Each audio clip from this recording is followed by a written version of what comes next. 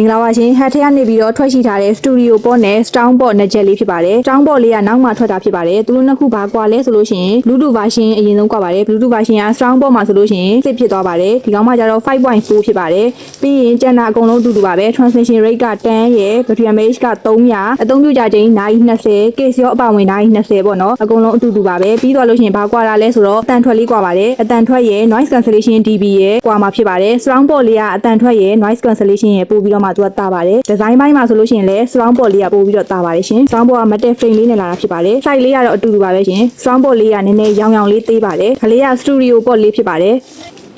ဟဲ့ရဲ့ runny တစ်နှစ်ခွဲပါပါတယ်ရှင်အသွင်းကြိုးတိုလေးတွေကိုလည်းသူကဒီလိုမျိုးလေးတွေတေးသေးချာချာလေးထည့်ပေးတာဖြစ်ပါတယ်ဟက်တစိတ်လေးတွေနဲ့ပြီးရင်ဒီလိုဘူးလေးတွေနဲ့ထည့်ပေးတာဖြစ်ပါတယ်ပါကင်ထုတ်ပိုးမှုလေးလည်းတော်တော်လေးကောင်းပါတယ်ရှင်ခုလိုမျိုးအတန်ထွက် quality ကောင်းပြီးအကျန်းခံတဲ့ဟက်ရဲ့ studio board လေးတွေကိုဝယ်ယူခြင်းနဲ့ဆိုရင်မိတ်ဆွေရဲ့စုကွန်နံမှာလာရောက်ဝယ်ယူအားပေးနိုင်ပါပြီအားလုံးကိုကျေးဇူးအများကြီးတင်ပါတယ်ရှင်